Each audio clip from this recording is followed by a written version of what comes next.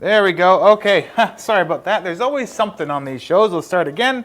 My name is Gareth. You're watching the Hub Online Network. We got COVID, flood, and councils today is what we're talking about. If you would like to give me a call and have your say about what's happening this week, yep, that's fixed. Thank you. 778-694-4662. And we will get to your calls if you want to call in. Now, today we're going to talk about catch us up on the numbers from the 5th till today. Those numbers include on Tuesday, May 5th, we had 8 new cases, which is the record low for BC since all this started, which brought our total up to 2,232 cases. On Wednesday, May 6th, we had 23 new cases, which is more normal for what we got going on.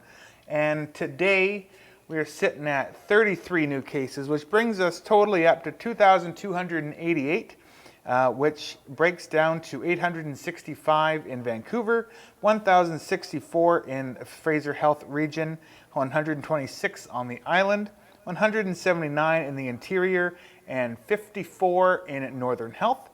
With 1,512 people that have recovered, so congratulations to those people. And there are unfortunately 2 new deaths as of today. And overall, 9 people since Tuesday have passed away due to COVID-19. So our hearts, of course, go out to those families, and hopefully nobody else dies. Of course, that is probably not a realistic hope. Anyway, I digress. So lots of things have been happening this week, such as Prime Minister Justin Trudeau said that the federal government has reached a $4 billion deal with the provinces and territories to top up payments for low-wage essential workers, and is finalizing the details. So the federal government will kick off, or will kick in $3 billion, and the provinces will contribute the rest. Last month, the federal government announced that a plan to boost the salaries of essential workers who make less than $2,500 a month, including those working in long-term care facilities for the elderly, frontline workers in hospitals, and people working in the food industry, was in the works after talks with premiers. So that is huge. So everybody that's making like $15 an hour are going to get a fairly significant pay raise from what it looks like. For working so hard during these times, and those people really deserve it.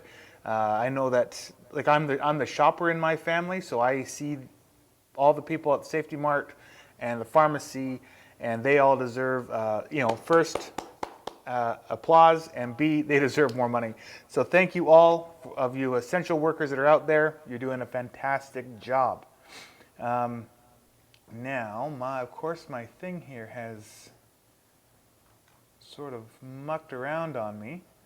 Where are we here? You know what? Okay, so Premier John, Prime Minister, so another thing that happened was Prime Minister Justin Trudeau dedicated $252 million in federal aid for the agri-food industry on Tuesday in order to help struggling producers and sustain the country's food system during the COVID-19 pandemic. Just less than 1/3 of the supporting funding, $77.5 million, will be given to food processors, and the millions can be spent by companies on personal protective equipment for workers, upgrading their facilities to better promote current public health recommendations, or expanding their processing capacities. Trudeau says. So now, that being said, that's fantastic news for the agri-food industry, but the agri-food industry asked for $2 billion, or $1.7 billion, and what they're getting is $252 million. So that is a fraction of what is being asked for. Still, $252 million sounds like a lot, but when you spread that out over the whole country, and I haven't heard too many. I haven't heard any what's sort of come out of this yet, and once I do, I'll of course keep you all posted at home. Raven, if you're watching, this is a good time to call in, please. So, the John Horgan has, as of yesterday, put out a thing talking about slowly reopening everything up in BC. There has been a little bit of pushback on this. I mean, we're still getting 30-ish cases a day right now, 33 as of today. I think that this might have been a better go-around when we were only having 8 cases, if that was sustainable. New Brunswick is on day 19 of no cases, and they're still on lockdown. But they're talking about opening things up. So what does that look like for us? Well, they're talking about 4 different phases of opening up. And I'm sure that people have heard about this already, but so in mid-May, they're going to do some elective surgeries. Dentistry, physiotherapy, registered massage therapy, and chiropractors can open. Physical therapy, speech therapy, and similar things along those lines. Some things in the retail sector can open up. Hair salons, barber shops, other personal services can open up. In-person counseling, restaurants, cafes, pubs, if there are sufficient distancing measures. Now, all of this being said, what they're hoping to do is have like less than 50 people in the pubs, and then in smaller spaces, no more than 6 people. So all of these things have to be taken with the fact that it's not just going to be open up and have.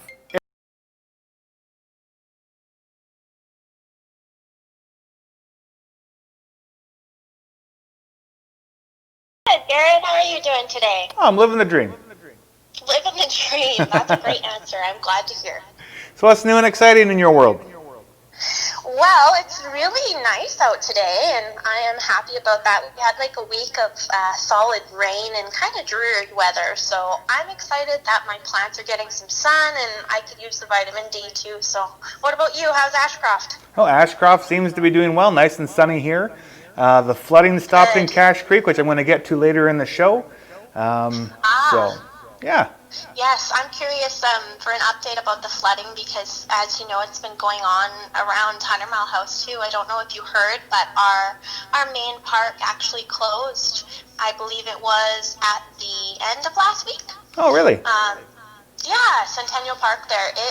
So there's a waterfall actually just above the park, and I believe it's actually Bridge Creek that runs through the park, and it's a beautiful creek. Typically there's a few bridges that you can use to walk over the creek. When I was a little girl, everyone used to swim in it, but I'm not sure that happens as much now. Anyway, in the past few weeks, it's turned into kind of a lake. Oh, wow. You should get a canoe and just go for a boat ride. Yeah, I actually saw a friend in gumboots packing her brother across it, and, you know, I was really tempted to go and do something funny, and then I thought, I better not, I'm an adult now. Were there any businesses or houses affected by the flooding, or just the park? Well, you know what, there have been a lot of places affected by flooding, and I think most of those places are residents who are already, they have homes on floodplains, so this is something that they've likely experienced before.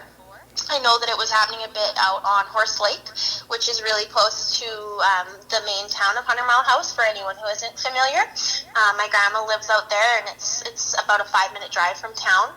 And I know that, as we talked about previously, I think it was a couple weeks ago now that Pressy Lake started having some flooding, and just a few days ago, I believe Dawson Road Maintenance was able to get a couple culverts in there to address that issue so that residents can easily access their property there. But there was no sandbagging or dike making or anything like that? I have seen people posting about sandbags. I think especially in Williams Lake, there was more of a need. 150 Mile. In the South Caribou, there's been a lot of flooding, just as well as in Cache Creek. I haven't been personally affected by it because I planned ahead this year. The last year, I'm not sure if I've mentioned this before, but my garage actually flooded. Oh, no. And that was probably just because you know, I live alone, and I hadn't experienced that much snow melt. We're talking like quite a few feet. The snow piles the winter before were higher than me. I'm not very tall, but they were still big snow piles.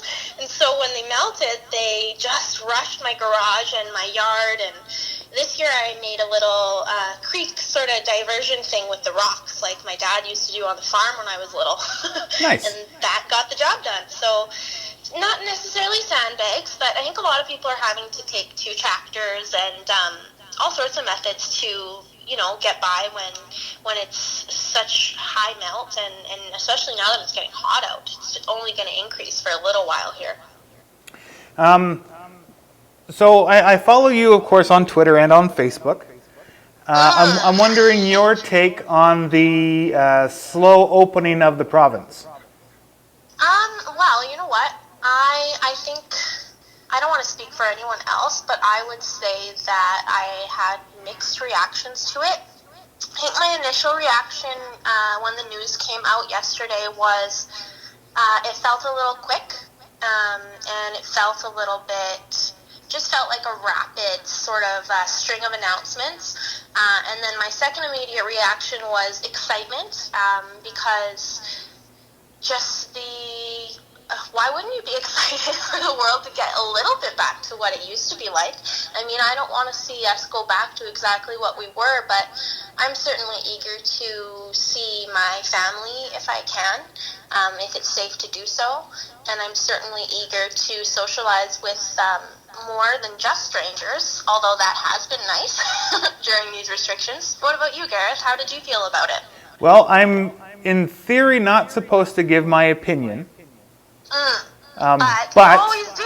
But what I'm going to say is I find it interesting that once one country had said that they're going to open things up, there was sort of a domino effect around the world. And now everybody's kind of opening up at the same time.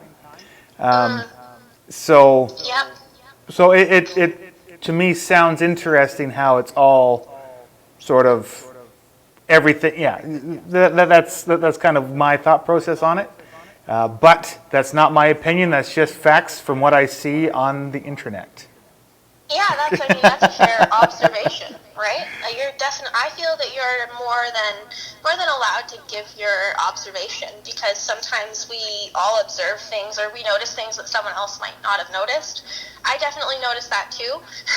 And I don't know if it's world leaders, peer pressure, you could say that, or everyone just following suit, a domino effect, as you said. But I just hope that we are all able to keep on doing well. I think BC has just done quite well compared to other provinces, even in Canada, so I've been impressed with that.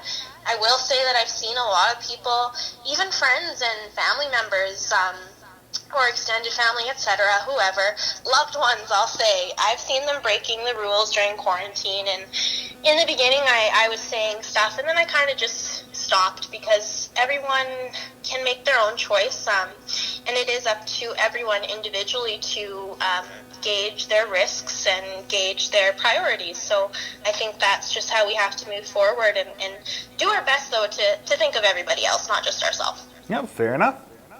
Yeah. So what else is going on in 100 Mile in Clinton? I saw something really nice the other day. I'm not sure if I know the firefighters in Ashcroft and Cache Creek are always busy, and yet they somehow still find time to do really nice things, volunteering efforts and events. And I know they get together and collaborate a lot too. And something that was cool here in 100 Mile House is I think it's the volunteer firefighters. I think they're all volunteer at the fire department that's right across from the hospital up on Horse Lake Road. It was a whole day, and they had volunteer firefighters geared up running on a treadmill. Oh. And that might sound like, what the heck? Why were they doing that? And of course, you click on it because you're intrigued. Why are these firefighters in such full gear, so hot, running on a treadmill in public? The treadmill was literally on the grass, out for everyone to see, right by a main highway, basically, or a main path. And so once you click, you find out that the reason they're doing this is they're actually committing to show their support for essential workers, even though they themselves are, if you think about it, pretty much essential workers too, but they're showing their support for the hospital right across from them, and for all those people working so hard to keep us safe and keep testing available. So that was their creative way to, I guess, show their support, and I thought that was really cool. One could say that they were hot firefighters. Yeah, they actually, I don't know if you've seen it, but they made They made a calendar this past summer, and that was all for charity as well, I believe. Right. So they do lots of cool stuff for a good cause. My suggestion was, if you guys have the hot firefighters again, they had men and women, just add some cats, and then I will buy the calendar. Oh, there you go.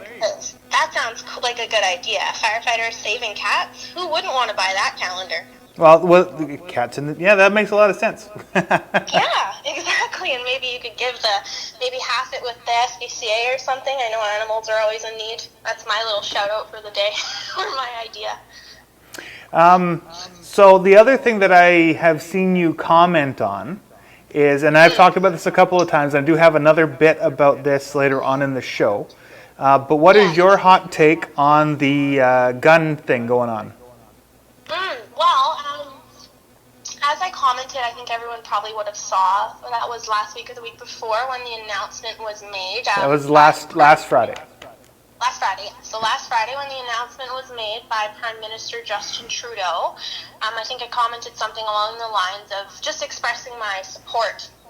I think I may have said that I am proud of our government, and I actually am, because I can't take my words back. Probably the week prior to that, I had said to you that I do hope that in the wake of the tragedy in Nova Scotia that there would be some sort of measures taken by our government, because that was a part of the platform that the Liberals were voted in on.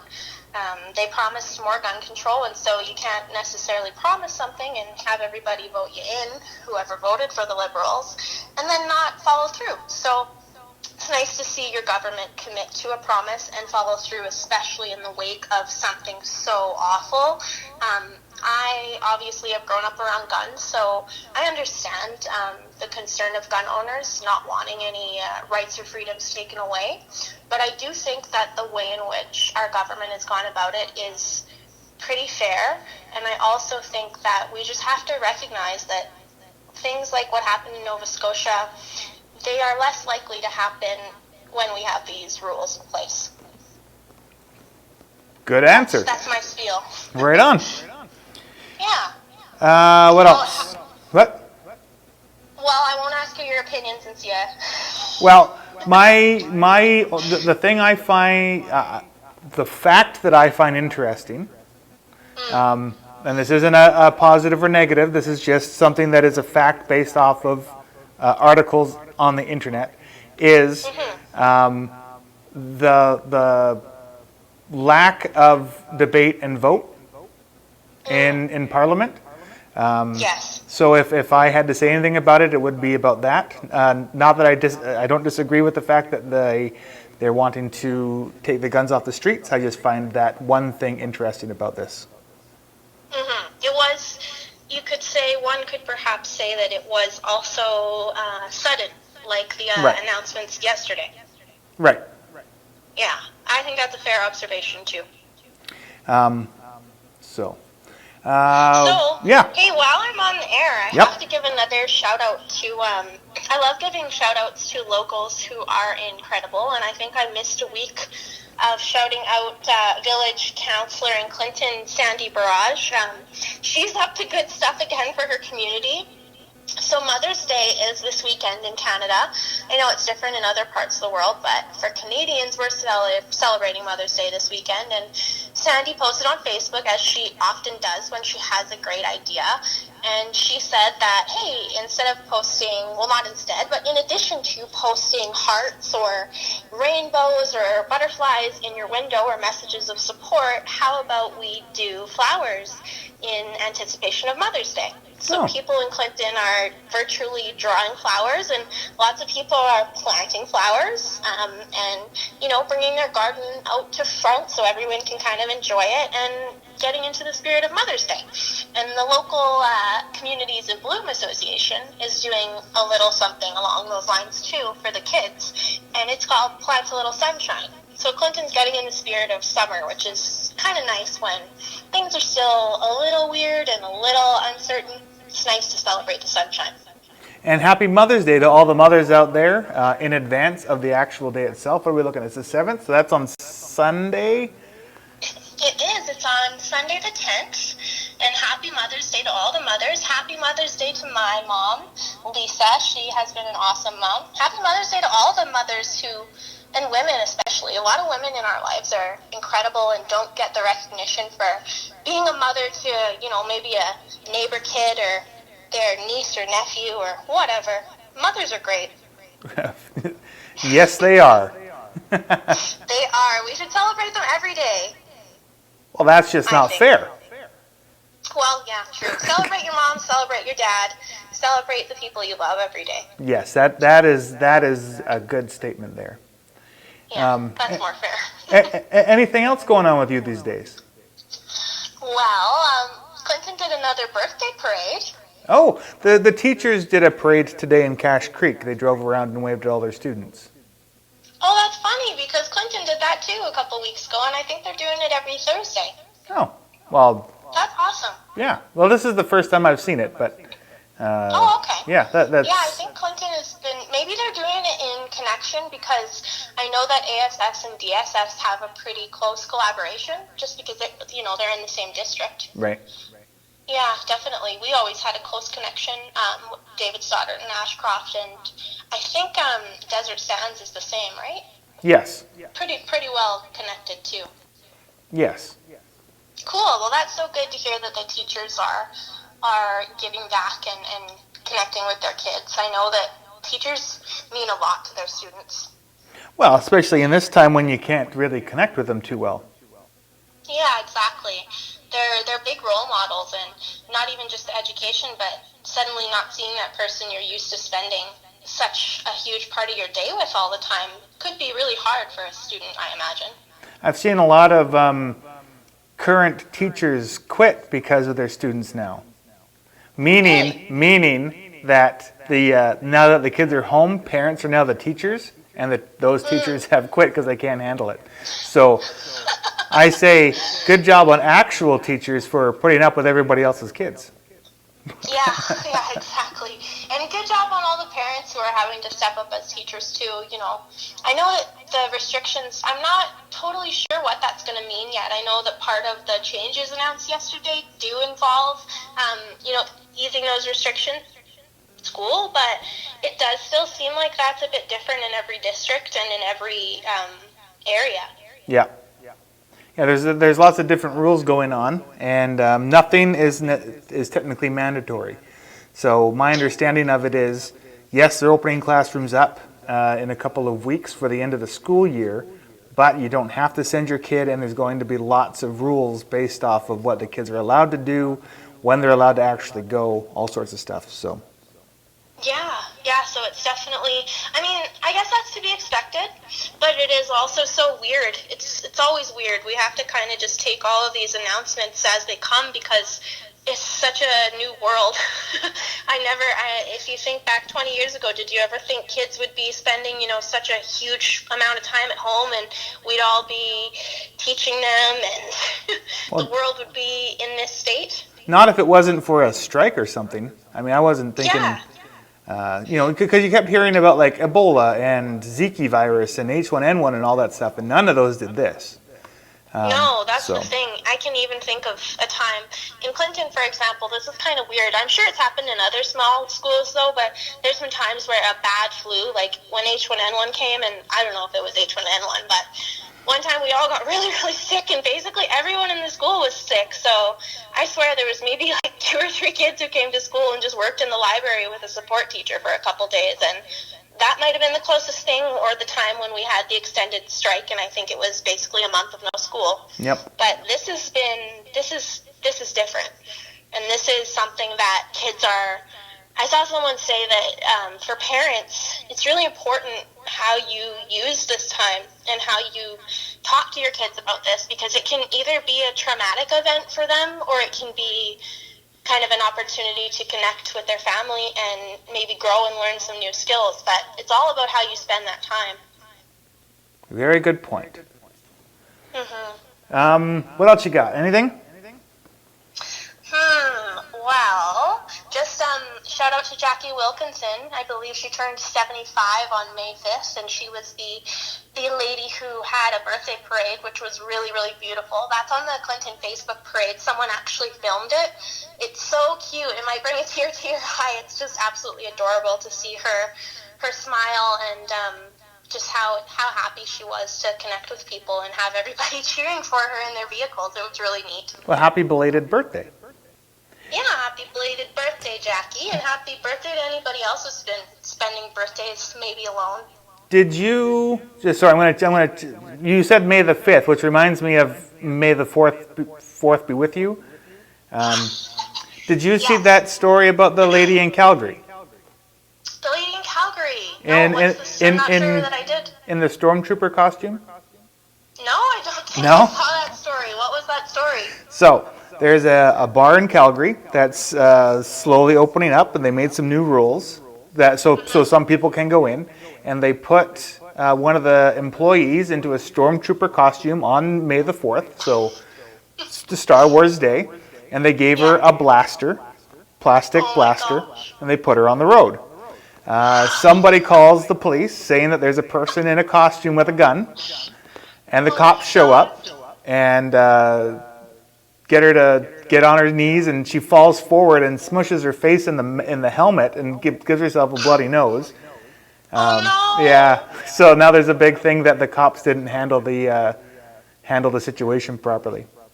Oh no! So if you get I have to look this up. Yeah. I did not hear about that. Yeah, it's pretty, well, it was pretty big news a couple days ago. That doesn't sound very Canadian of the RCMP, but I'm sure they just didn't know what was going on. Right. Oh boy. So. That's a good story. Thanks for sharing that one.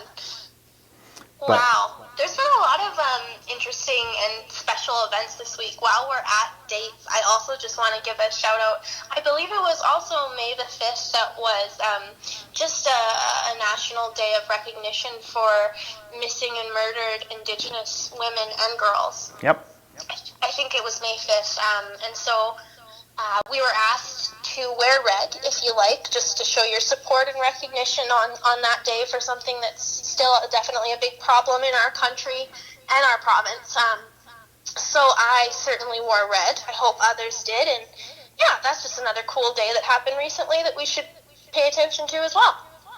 That's a very good shout out. And actually, thank you to Joyce Buckland, who shared a photo of her. She didn't wear the dress, I don't think, but she hung it in her tree. It was a red dress that she hung on her tree. So that reminds me, actually, shout out to Joyce. That's so great that she did that, because I believe that's actually someone started the red dress and it's symbolic. And that the first time I saw it was at UBC. I came out of my classes walking to another class across campus, as you do, and I was just overwhelmed. There was probably hundreds of them. Oh yeah. In the trees, in the shrubs and hanging, and they have big trees at UBC, so I don't know how they got them up there, but it was really beautiful to see that, and a bit haunting as well. Wow. Well, there you go. Yeah. It's a cool tidbit. Thanks to, was it Joyce? Yeah, her name's Joyce Buckland. Joyce Buckland, that's great. A citizen of Ashcroft. She's the lady that hooked up our egg extravaganza at Easter.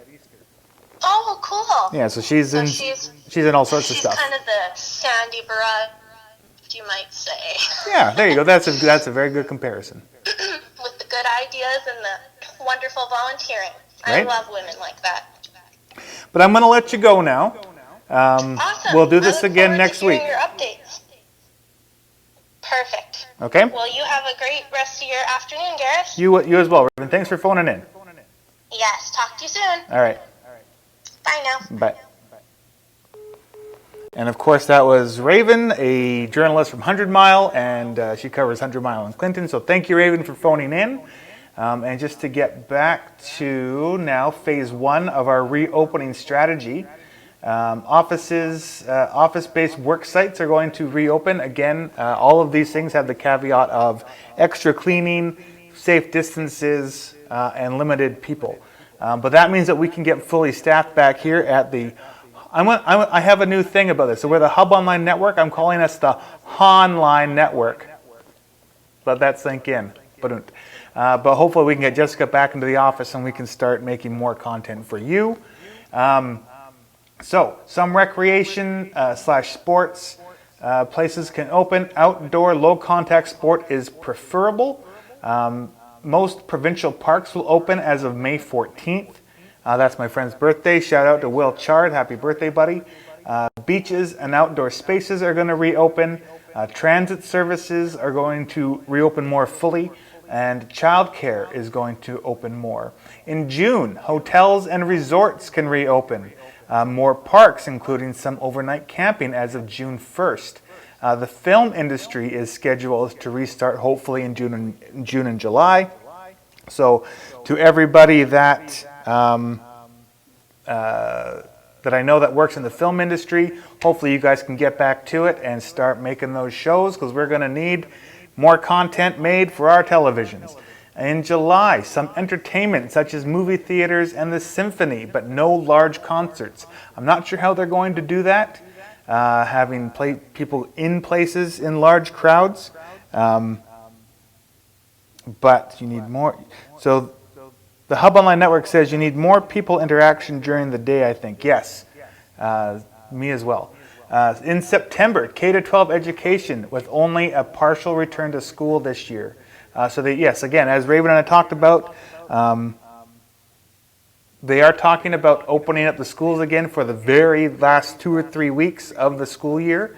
This would include plans for keeping kids spaced apart, playing outside in some very, very 1 or 2 person groups, having half the class come in the morning, half the class in the afternoon, but none of that is mandatory. So if you do not feel like you feel safe sending your kid to school, you do not have to. It will not affect the end of the year.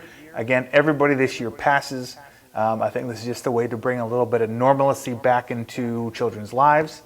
But again, September K-12 starts back up, and post-secondary education with a mix of online and in-class instruction. So what a lot of people are doing are changing the way that they think about how to do things. So a lot of businesses may look at if they are profitable by having people at home. There's been lots of talks about offices that might just stay empty because this has been such a good way to just cut costs, keep people at home. If you don't need to go in, you don't have to go in, that sort of thing. But surgeries that were postponed due to COVID-19 pandemic will be starting back up as part of a massive surgical renewal plan. British Columbians have stepped up to the challenge of COVID-19 by making sacrifices, including thousands of people who have waited or postponed elective surgeries. This has been very difficult for people and their families, says Premier John Horgan, but these sacrifices have helped flatten the curve in BC, and now we can move forward safely, getting people the surgeries that they've been waiting for. Now, keep in mind that the flattening of the curve does not mean that people will not get sick. The flattening of the curve was to make it so the medical industry, the hospitals, were not inundated with patients. They are still expecting people to get sick from COVID-19. So please still keep your distance, keep that 6 feet apart, and stay safe out there. So that is that. Let's see what else. Do I have anything else on COVID-19? I think that's all I got. So that is the update for COVID-19. Now let's talk about flooding. So in Cache Creek, flooding was a big problem over the last couple of weeks. Luckily, it only came up over the road a little bit by the fire hall, but no one was massively wrecked by flooding. There was some flooding in some properties by the Brookside campsite, but Cache Creek itself was not hit as hard as it was back in 2017 or 2016. But we were under a state of emergency. Now, as of May 5th, whereas several flooding events in the village of Cache Creek, and whereas the flooding of emergency is no longer requires prompt coordination of BC or specific regulation of personnel or the property to protect. Sorry, this is really small. Let me make this bigger. Bloop. Okay, and whereas the flooding emergency no longer requires prompt coordination of action or special regulation of persons or property or protect the health, safety, and welfare of people to limit damage of properties, there has been a cancellation of the state of local emergency. So thank you to the Cache Creek Village for making sure that everybody was safe during that time. There was lots of stuff going on over the last 2 weeks.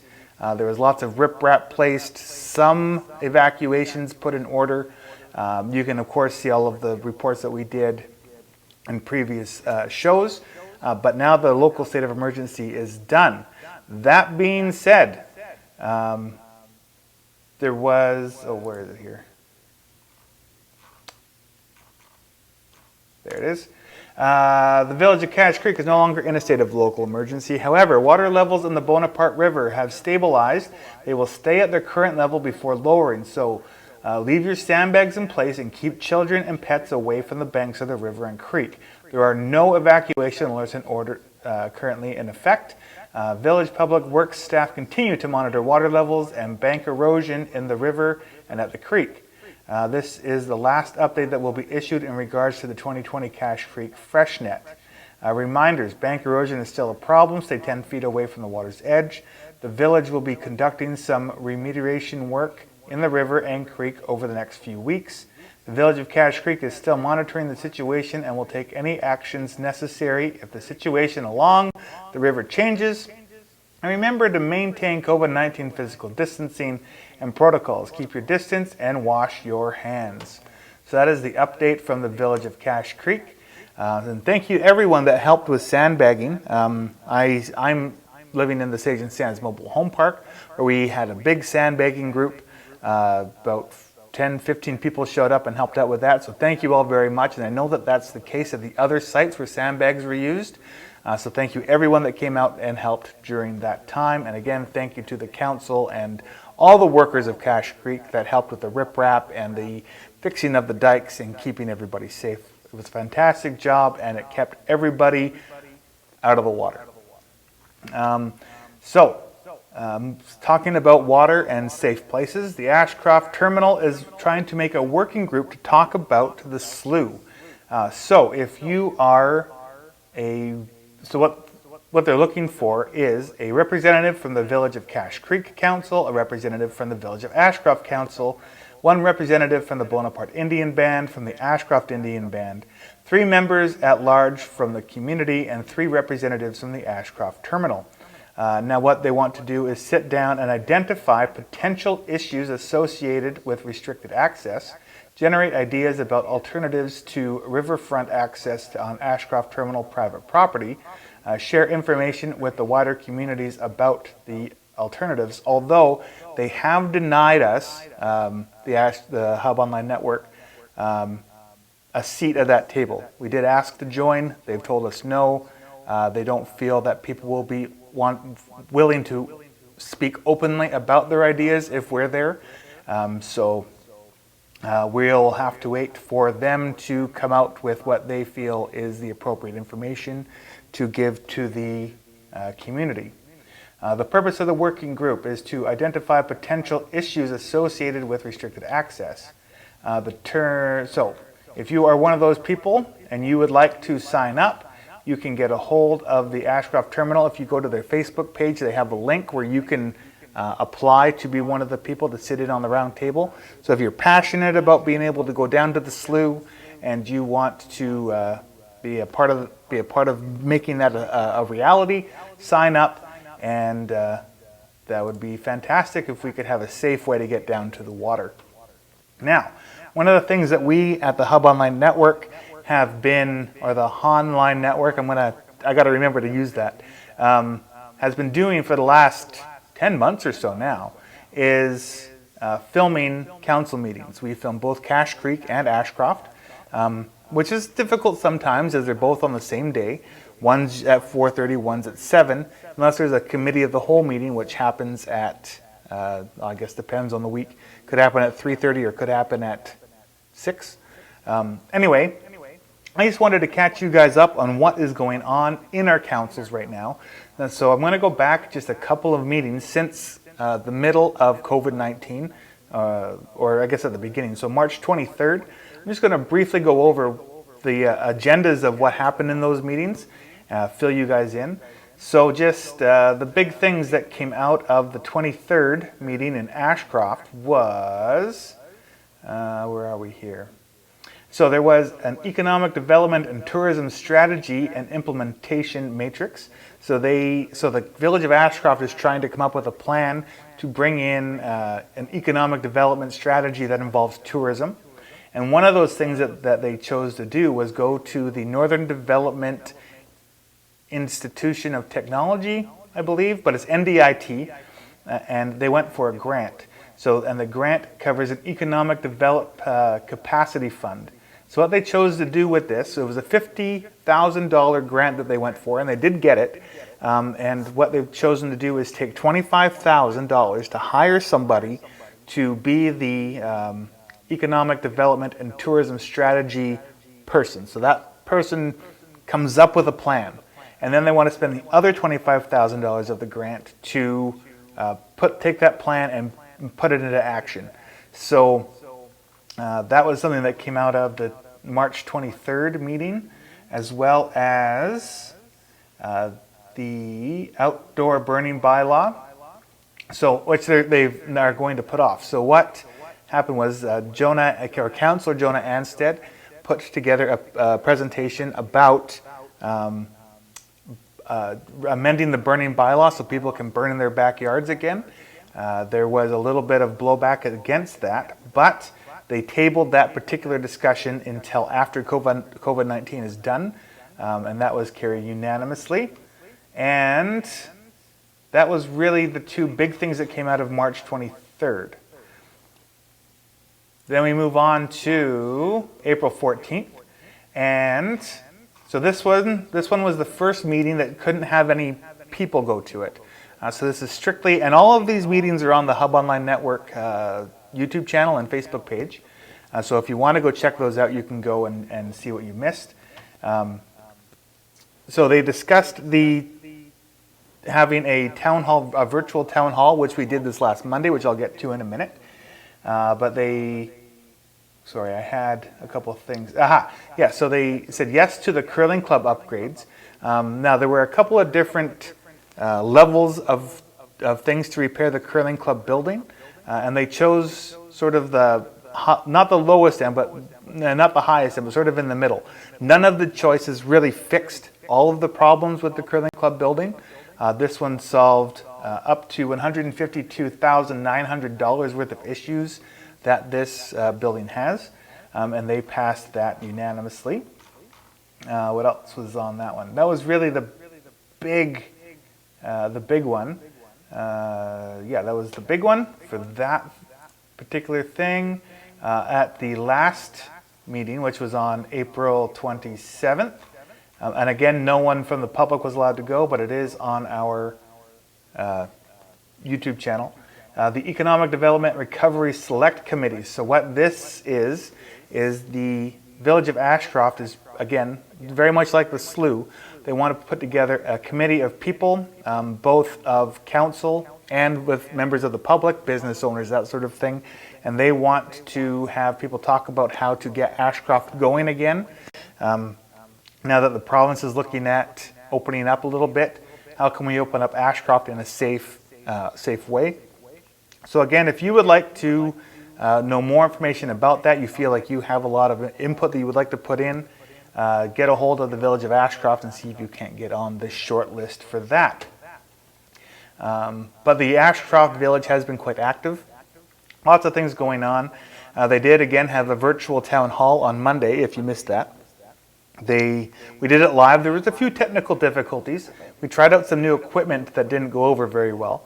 But I think it was a success for a first go of having our equipment outside of the studio. And what they did is Yogi Bala, the CFO, shared the 5-year financial plan for Ashcroft. It sounds like it's fairly sound. They have passed a thing about not having the 2.5% tax increase in Ashcroft in light of COVID-19, trying to give people a little bit of a tax break. So that's really what's been going on in Ashcroft. The questions that we had on Monday were more about the SLU and about the walkways on Evans Road. So again, if you want to see that one is specifically on our Facebook page right now. It will be on our YouTube channel eventually. I just haven't gotten around to it. There's been a lot of work things that I've been trying to catch up on. But moving on to the village of Cache Creek, they do things a little bit differently over there. So Ashcroft sort of talks about just what they're doing, and if they're not doing something, they don't really bring it up. Whereas Cache Creek runs on a committee report basis. So if there is no, and what that means is they have 7 committees, and each committee has, I'll get to your thing in just one second, Danielle. Each committee is run by 2 counselors, although Annette Pittman is not on any of the committees. And each counselor, or each grouping of counselors is in charge of one of the committees. Now there's 7 committees in total, and in a lot of instances, there is no meeting, no report. So for example, business, so where am I here? Economic development, no meeting, no report. And this is going back to March 23rd. Budget and administrative services, no meeting, no report. Policy and bylaw review is the utility discount extension. So based off of COVID-19, there was an extension put out for utility payments. And a seniors discount waiver. Also due to COVID-19, seniors discount can be extended. Public works and community facilities, no meeting, no report. Protective services, no meeting, no report. And intergovernment relations, no meeting, no report. There was and so that was pretty much the March 23rd meeting. March 27th. So the middle of April meeting actually didn't happen at all. This was in the middle of the pandemic and of course the start of flooding, and there was no meeting in Cache Creek. And then on April 27th,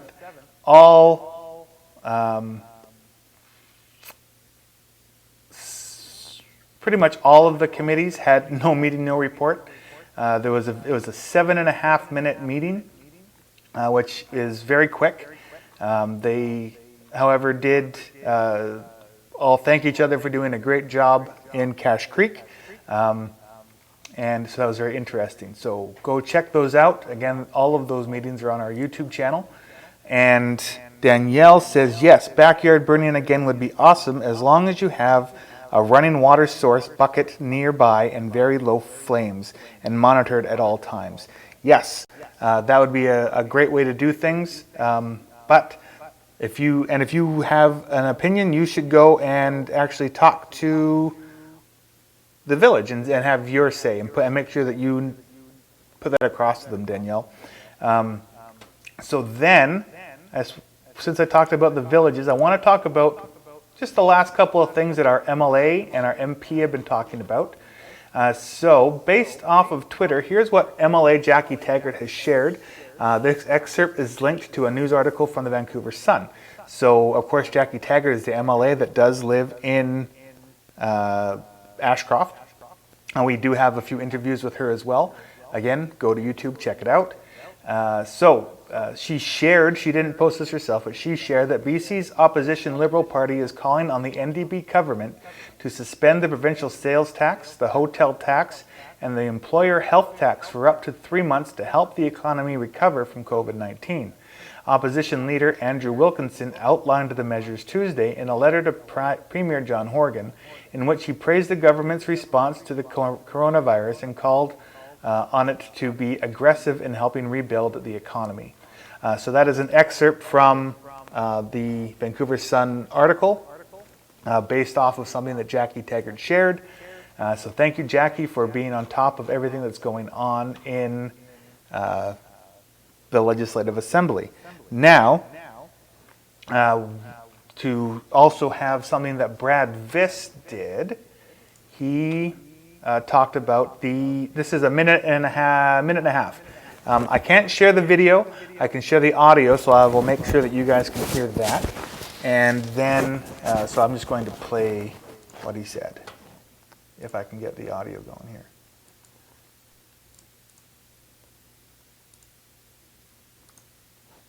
Come on.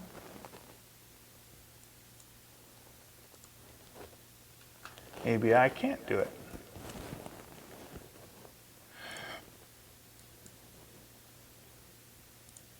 Where's my audio.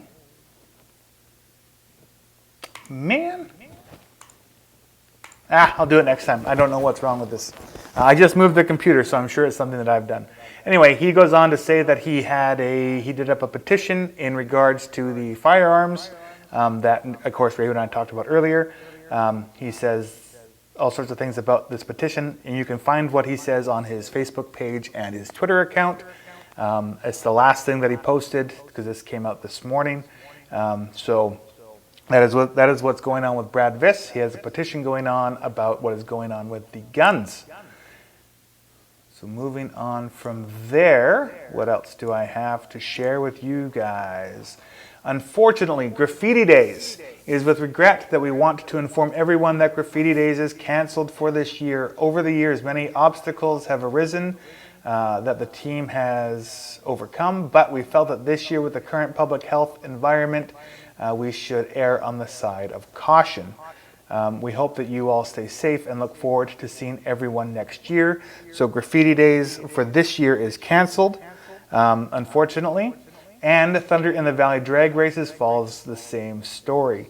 Sorry to inform everyone of this very upsetting news, but because of the COVID-19 threat to large amount of population events, we at Thunder in the Valley Raceway in Cache Creek, BC, have been informed that I will not be able to host any racing for this season. Once again, I am very sorry for this inconvenience. I hope all racers and spectators can understand the dilemma. Take care, all. I'm thinking of you, Dwight Taves, the person that is putting on the Thunder in the Valley drag races.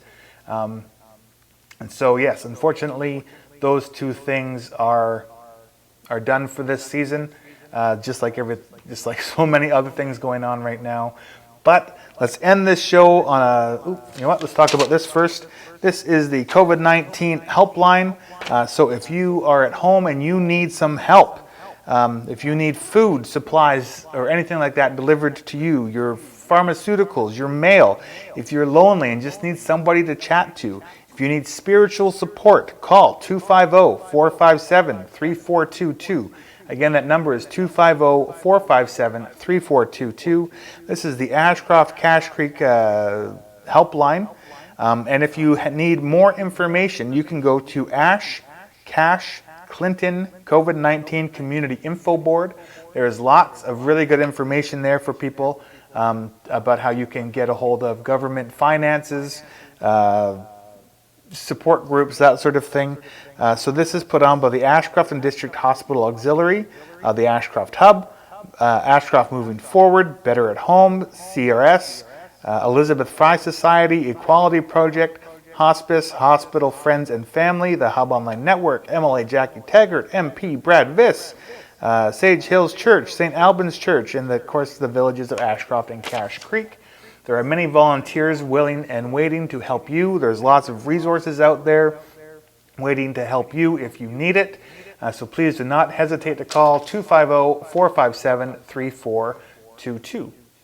Now on a positive note before we end here, everyone loves a birthday, and so this is from the Ashcroft Cache Creek Journal. Everyone loves a birthday, and this week the Ashcroft Cache Creek Journal, the oldest continuously published weekly newspaper in BC, turns 125. And they have an article about their first story that came out in 1895. So that is awesome. Happy birthday to the Ashcroft Cache Creek Journal. Barbara, you run a tight ship. Good job. Thank you very much for all you do. And thank you very much to everybody that likes, shares, and subscribe and shares these videos. You guys are doing awesome. You're helping us. Thank you all so much for all the time and energy that you're putting in just to watching me sit here and talk to you. Keep up the good work, and I will maybe change. Let me know in the comments if you like my background right now. I don't know if I necessarily like it, so I'll maybe change it up again. But please do that, and we'll talk to you guys on Monday next week, as I will not be around tomorrow. So because I have eye surgery going on, it's actually happening finally. So maybe I'll be able to see you on Monday. Thank you, Raven, for calling in. Thank you, Jessica, for being in the chat and adding all the extra information. And we'll see you guys on Monday. Have a safe weekend. We'll talk to you soon.